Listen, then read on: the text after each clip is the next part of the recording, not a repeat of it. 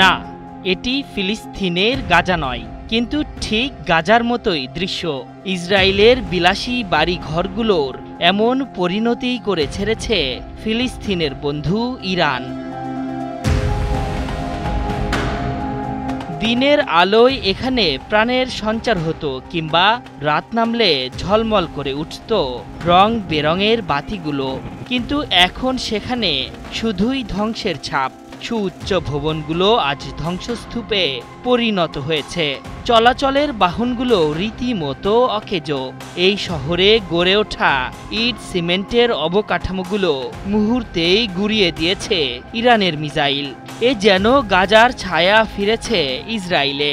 গাজাবাসীকে যে পরিণতির দিকে ঠেলে দিয়েছে বেনিয়ামিন নেতানিয়াহু, ঠিক একই পরিণতি যে ভোগ করতে হলো ইসরায়েলিদেরও।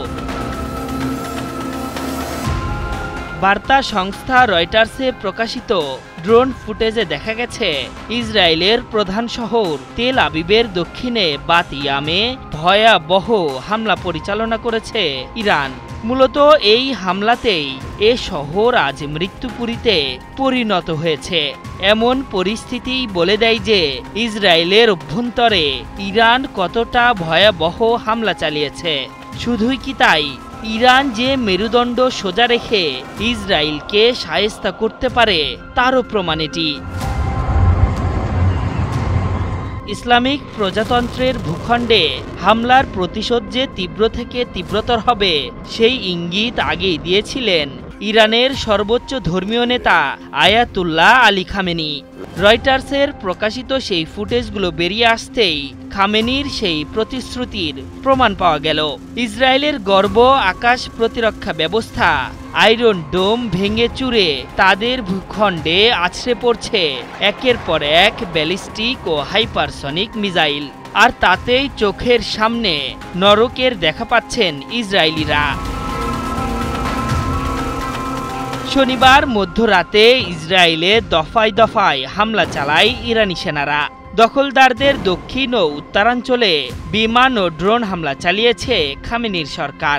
এই হামলায় বাতিয়ামে ৩ জন নিহতের পাশাপাশি প্রায় শতাধিক আহত হয়েছেন। এছাড়া দখলদারদের উত্তরাঞ্চলীয় শহর তামারায় ৫ জন নিহত হয়েছেন বলে ইসরায়েলি সংবাদ মাধ্যমগুলো খবর দিয়েছে। ইরানের পরমাণু স্থাপনাকে লক্ষ্যবস্তু বানিয়ে হামলা করেছে নেতানিয়াহু বাহিনী।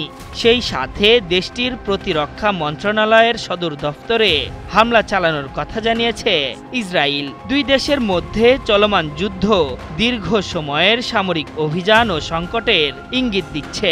এরই মধ্যে বিষয়টি নিয়ে মার্কিন প্রেসিডেন্ট ডোনাল্ড ট্রাম্প জানিয়েছেন, দুই দেশের এই সংঘাত সহজেই থামিয়ে দিতে পারি, এমনকি তাদের মধ্যে একটি চুক্তিও করে দিতে পারি। আশরাফুল ইসলাম, ৭১।